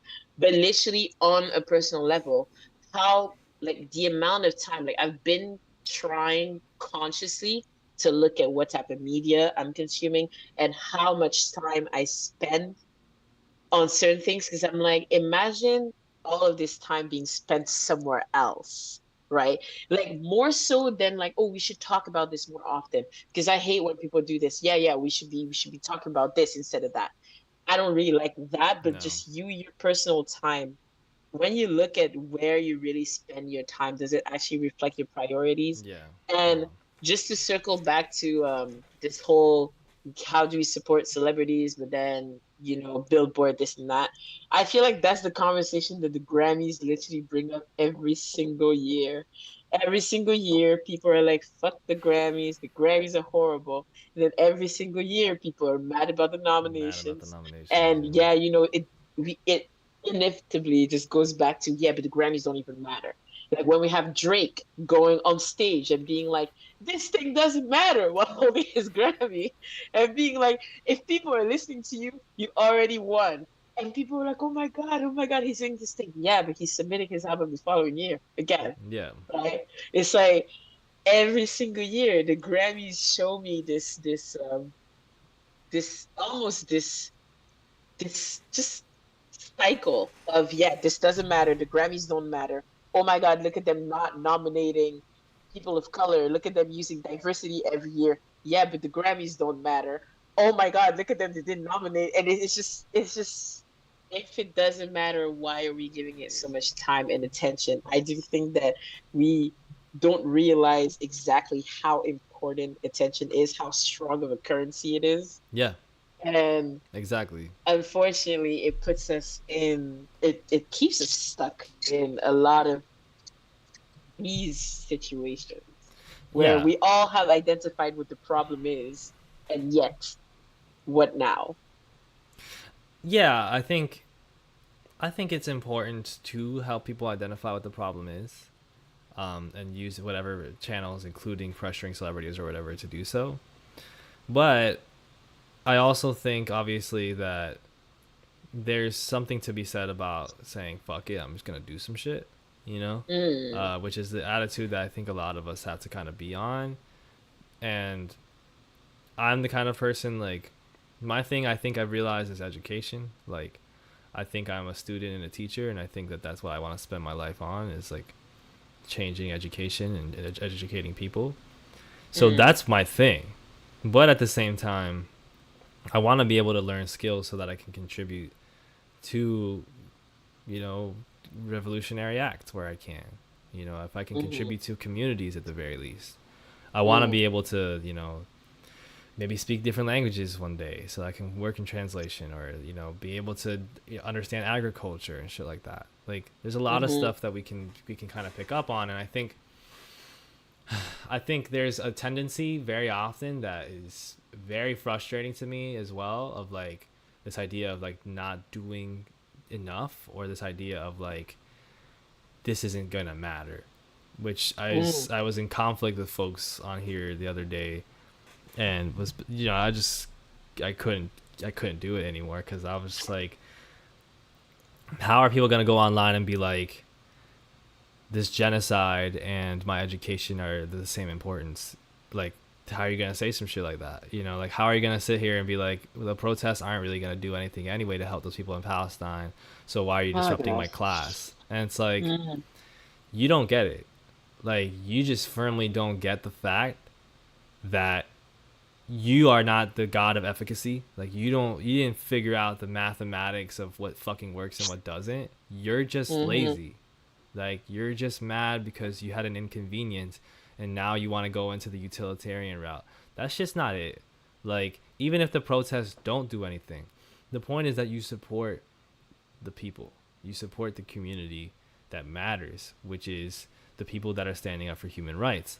Whether they get shit done in your estimation or they don't, you're supposed to support that and try your best to, work to that cause. And there's going to be a lot of different people who disagree on that. You can get on your camps of what is and what isn't, but you don't get to be like, I can't, at the end of the day, if I suffer an inconvenience and that inconvenience is not something that meets my standard of what is good and what is not good, what is good action, what is not good action, oh, this is fake activism, you're just posting on Twitter type shit.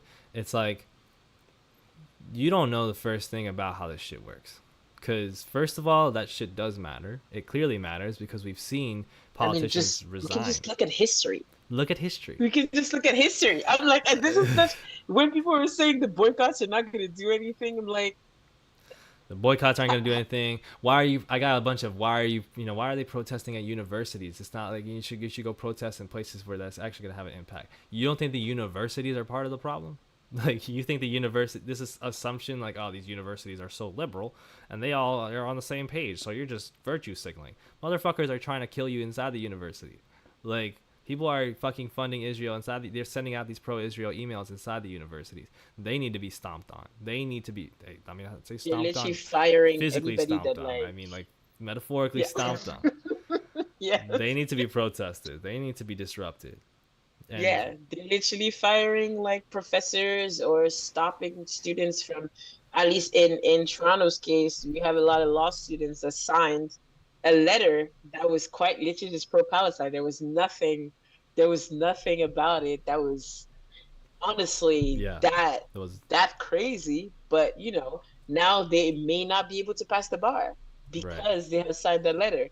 So when I see people saying that, what's the point? Or I have seen somebody in the comments of a video about a protest like, why can't they protest on the sidewalk? what's the point of like stopping like folks like me from getting to work?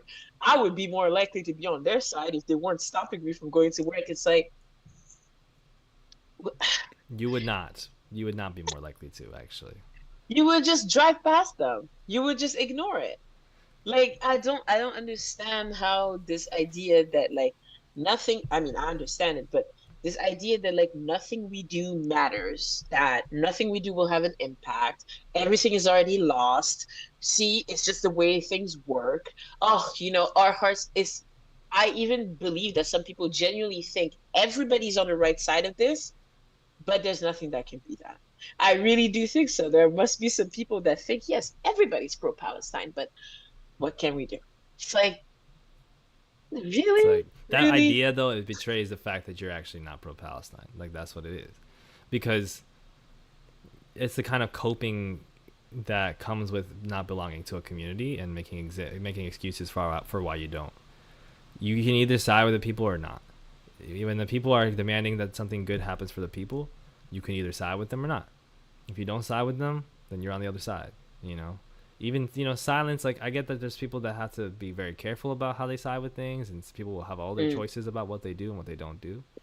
I'm not mm, asking everybody to be fucking Lauren Jarecki or whatever, but like at the same time, if you're sitting here and you care about yourself in the midst of all this, you're just not a part of the movement. Like you don't have you can put down your pro Palestine fucking banners, you can put down your posts, you can put down your wishy washy liberal rhetoric.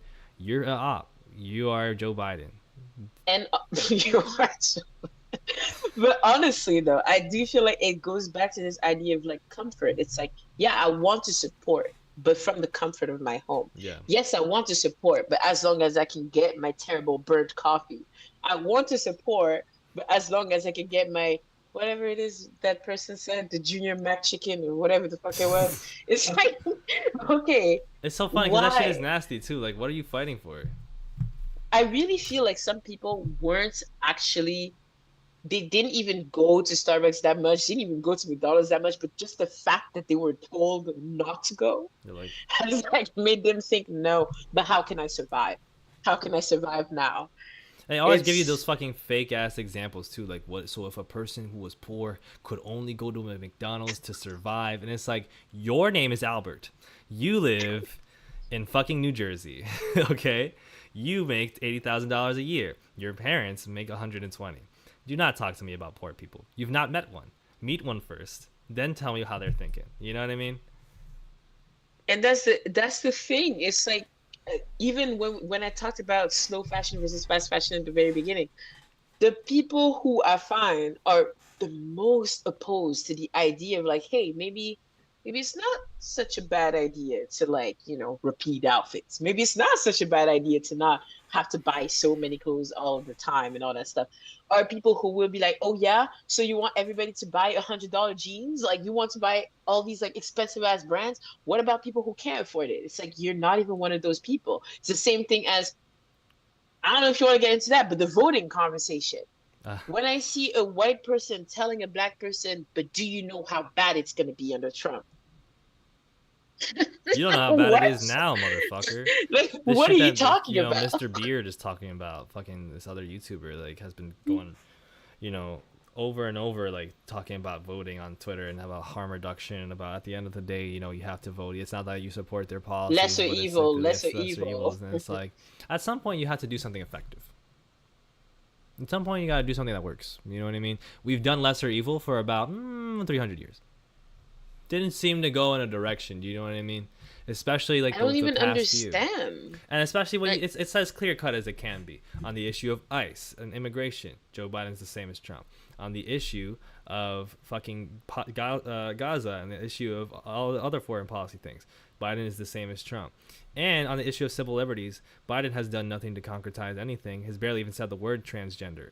Okay, you expect me to believe, especially when these issues are far more decided by local politics than general government, executive politics, state politics. Like, you expect me to believe that there's some radical difference that's going to happen when Trump gets elected? I don't believe it. I'm sorry, I don't believe it. And if you want to call me whatever you want about it, that is fine. But I've been here. I've done this shit already. I voted for. Well, I didn't vote for Obama. I don't think I was old enough to vote for Obama. But I voted for. I voted for Hillary Clinton, unfortunately, and I voted for Joe Biden. And it turns out, didn't really like how either of those went. I wanted to vote to support Bernie Sanders. And even Bernie Sanders, I don't fucking think has made the best performance of himself in the past few These months. last, yeah, Um, it's like it's so facetious to me when they talk about what is it, a plan 2025 or whatever. It's like, oh, they're gonna roll back all the stuff. They already are. They are. I wonder who was the president when they fucking passed 86 different local legislations that were transphobic and anti-LGBTQ plus in the United States this year. I wonder who was president when that happened. And it's I like, oh, the just don't Supreme Court. understand. Well, you could have How can fucking somebody, how can somebody sit down right now, see what's going on right now, and be like, yeah, we'll give it another shot, like the just let next them go, election let them comes. rock. Like, This is it's over. It's it's it's it's cool. Give it another non-negotiable. shot. It's You have a cool. person that sits there and says, like, he doesn't even have the common courtesy of the average fucking neoliberal to be like, well, we're gonna try our best to find a solution. This motherfucker got asked if a ceasefire is gonna happen. He's like, nope. Like, what do you want from me? That's it. Like, I don't care. And it's like, even if you could convincingly argue that, POC lives in the United States and LGBTQ plus Mm. lives in the United States will be worsened by Trump's election to a significant degree more than by Biden's election. Why do you expect me to give a fuck about only United States POC and LGBTQ plus people? What about people where I'm from? What about people in Because we gotta Mexico? remember the fact, like I'm not even from the US, and yet I have to continuously tune in into y'all's politics because whatever you do affects everybody That else. nobody's fucking impressed with us Everybody when we get these else. fucking bills passed, when we get Roe v. Wade passed in the fucking third world, while they're fucking killing their people's babies just to harvest fucking threads for fucking Nike shoes or whatever. Like, people are not impressed in Singapore. People are not impressed in the Philippines. They're not impressed in India. They're not impressed in Pakistan. They're not impressed in Bangladesh. They're not impressed. They're not impressed, and I I still fucking I don't still blame remember them. the day that Trump was elected. I remember going to class that day. I wasn't even in Canada then. Like I remember the day he was elected and the way only white people around me were like livid.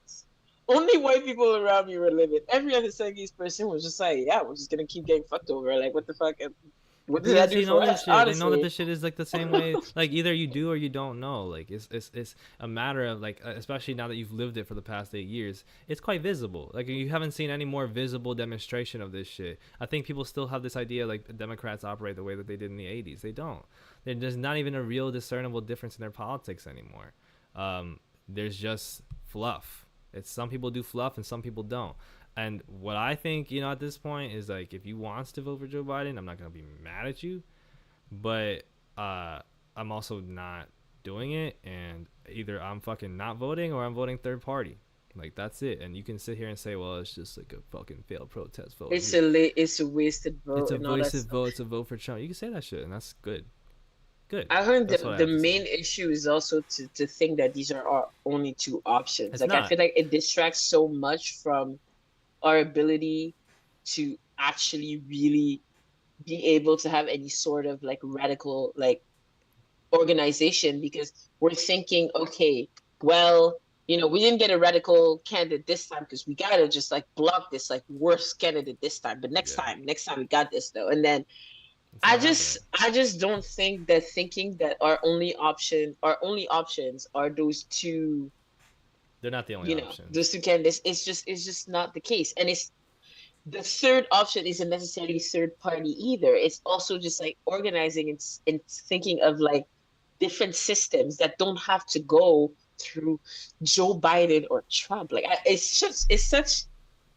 such a crazy idea to me that we have come to think that this is just it. Like it's Joe That's Biden it. or Trump. That is it. Nothing else. Nothing else matters.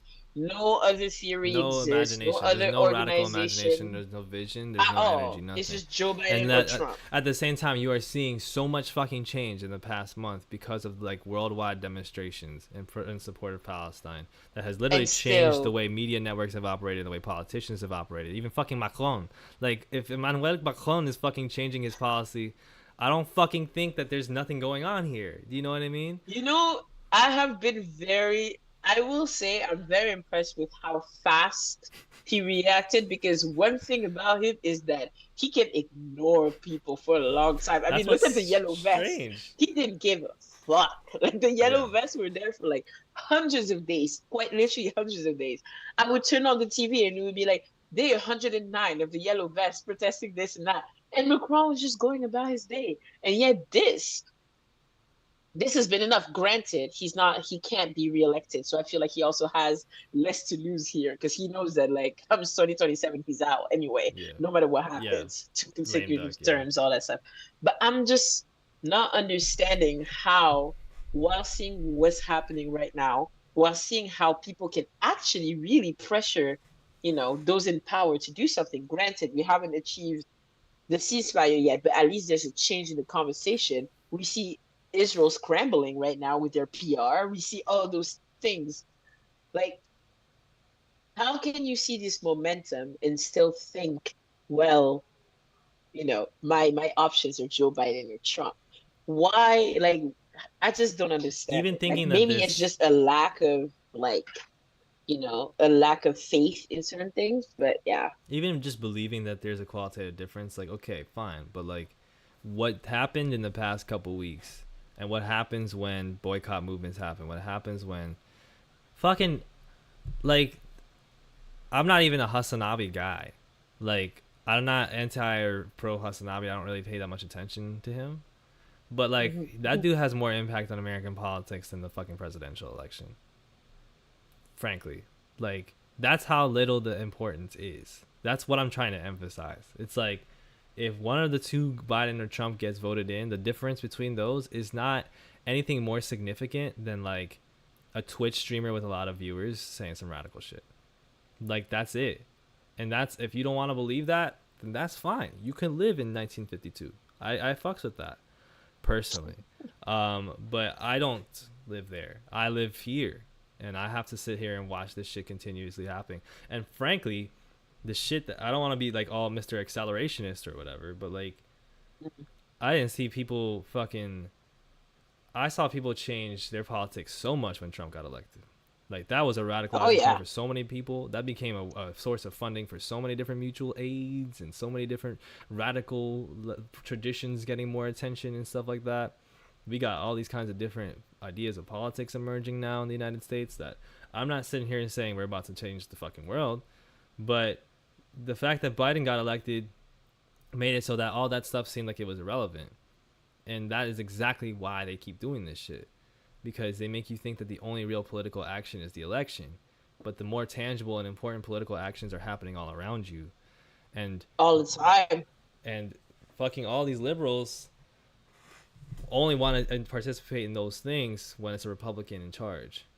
Like so many of them are changing. I've seen a lot of liberals keep going leftward all the time. I was one of them. That's kind of part of growing up. But like this shit, like if Trump gets elected, like are you going like tell me what these folks are gonna do? Because if their choice is that they're gonna be like, well, you guys voted him in, you guys did this, so we're not gonna support you anymore. Do you think that's really a person that was gonna be on our team? I mean, I see this a lot with like how people talk about the South, where like sometimes, or not even just the South, just places in general that may vote conservative, because it's not just in the US. I see it in Canada as well. Like some people will talk about certain provinces in a certain way where they forget that, you know, Yeah. there are minorities there Yeah. that are also affected by this and that. And then it's like, yeah, but you voted for this person. So you get what you voted You for. The voted for him, people you get deserve what you their deserve. leaders. Yeah. Exactly. The people deserve their I leaders, hear that all shit that all the time. stuff. People don't fucking choose their leaders. Their leaders aren't real. They're not real leaders. They're fucking figureheads.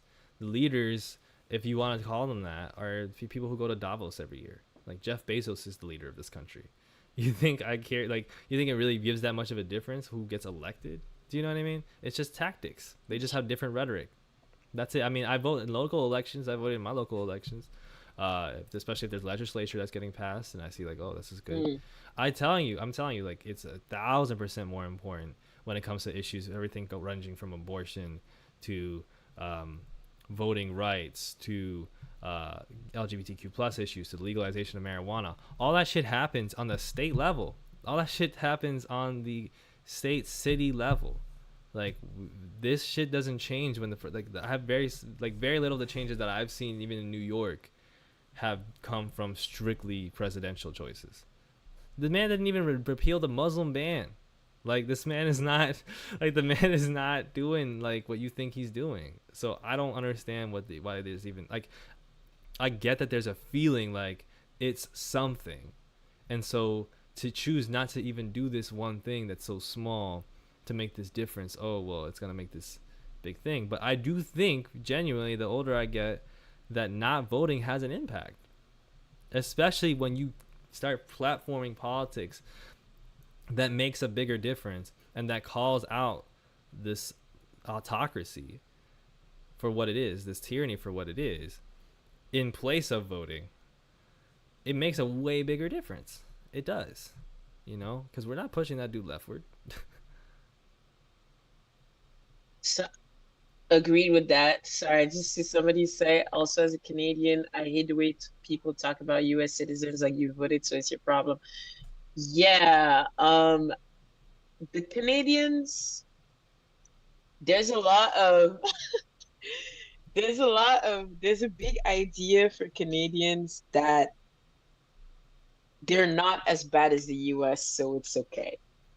Like there's this idea here, right? Because we talk about this, but even Ontario, the premier of Ontario is a conservative. Yeah. He's a conservative. He managed to be elected, regardless of the fact that Ontario is usually seen as the liberal Blue. Yeah. province. That the other conservative provinces are like, oh, Ontario is ruining Canada and all that stuff. Yeah, whatever. Yeah. But there's this idea that it's so much worse in the US, so Canada is okay. And then we ignore the fact that there are a lot of Canadian candidates that have policies that absolutely, completely, like if you said, okay, this person said this, and you had to decide between, yeah, it's a Canadian politician versus a US politician, you probably would not be able to figure out like that it's a Canadian politician that said this. Like there's a lot of even young Canadian politicians running on how abortion should be illegal Right. in the entire like country and all those things. Like there's just either way. Anyway, Canada is a thing on its own, and I kind of figured that glowworm was Canadian when they asked, does the Mm-mm. States have a First Nations independent? Because First Nations, I've only heard in Canada, Yeah. First Nations independent that the people can vote for. I don't know. Do you have a native candidate that people can vote for in the US? No.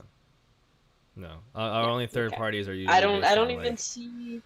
yeah. Our third parties are based in like particular. Like there's like a bunch of parties that are The like, oh, we're a environment. socialist party, or we had like an environmental party. Yeah. Um, Yeah.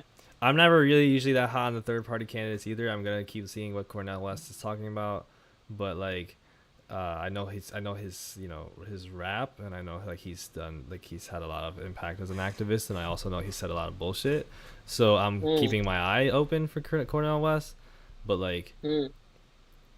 I just don't. It's a matter of like the more that you learn about politics, the less that you see really kind of has an impact on that state level. And like the Mm. more that you see also like you have this like sentiment that popped up a lot of like, oh well, if Trump gets elected, I'm going to Canada. And it's like, yeah, I'm Yeah. sure you can. I'm sure you can.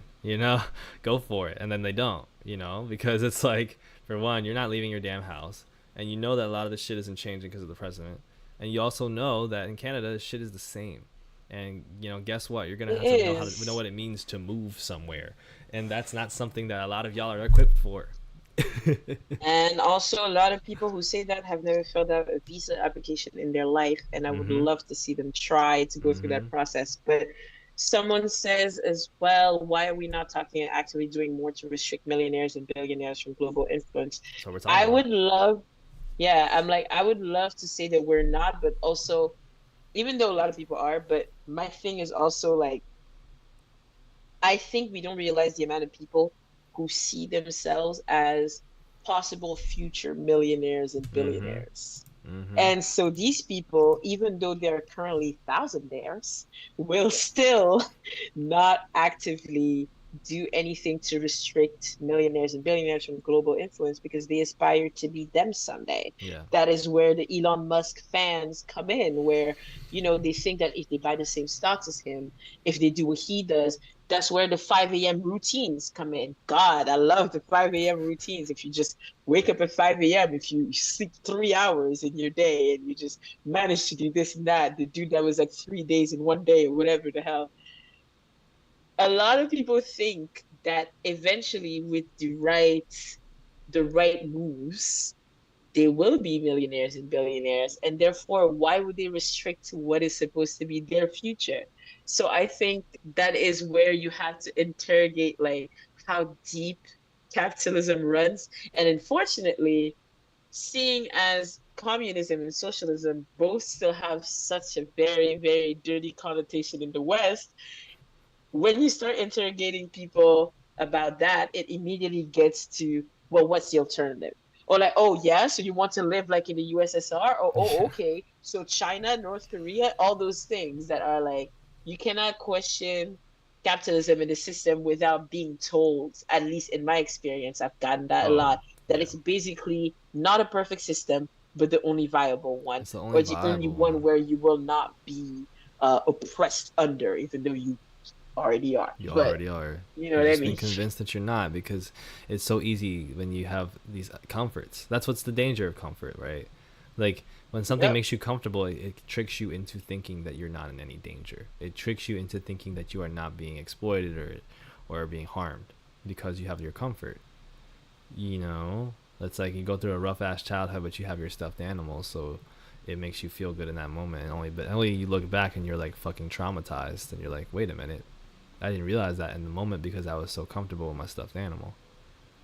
So, I mean, even look at the people who believe that, well, the way I'm taking black capitalists as an example, buy back the block, Jay-Z and the like. Oh yeah, Jay-Z's in the NFL, so that's a revolutionary thing because now he can have black artists perform at the Super Bowl. Mind you, not even getting paid, but all that anyway.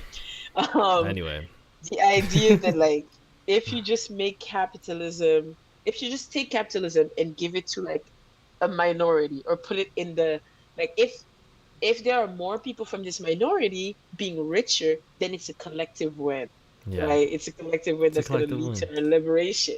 Yeah, this black person got a lot of money, so now all black people are up, right? It's like I don't but that's this idea, like, why would you restrict millionaires and billionaires when you want to be one of them? Exactly. People think that that's the goal.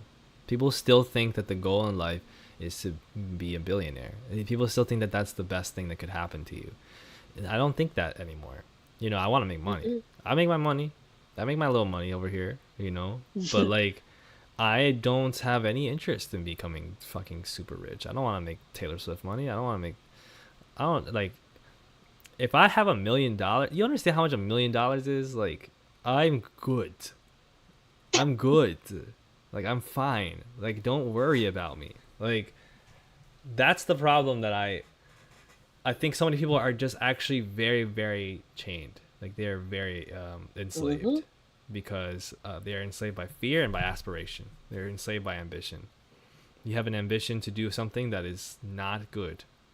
That is actually Have bad. we have we talked about this before? Like, I feel like one time I may have messaged you about whether ambition in itself could actually Did I be send you separated the from these. Algerian the quote about the Algerian people? Yes, that too. Yeah. Yeah. I'm like, I just don't. Okay, the thing is, I feel like people forget that. So they've come to think of money as the goal, the destination. But I think that's not really what they're looking for, and they think that money is the only vehicle to get to. For instance, some people, if you ask them why do you want to be rich, oh, I want to travel more. Okay, why does traveling have to go through you being rich? Rich as Traveling hell. could be much easier.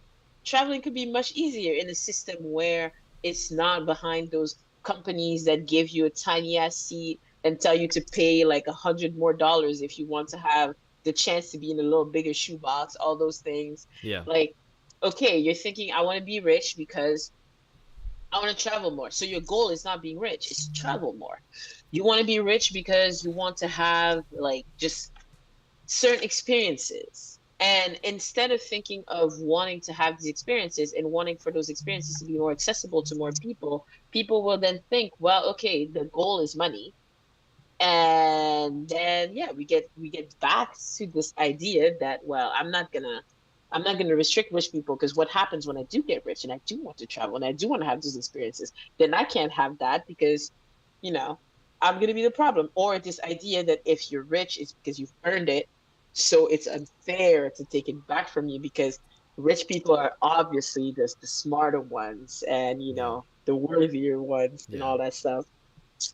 Yeah. It's It's it's it's literally like even the idea of chasing happiness, like oh I just want to be mm, happy, mhm, is a problematic concept in itself. It's like if I get this thing, I will be happy, and it's like mhm, that's not how happiness works. Happiness is an emotion.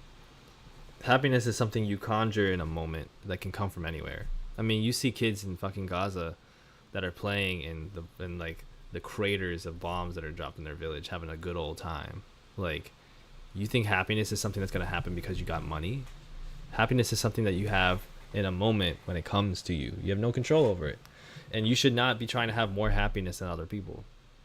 Maybe you confuse it with a contentment or a inner peace or mhm. these kinds of things. I'm content with myself or whatever.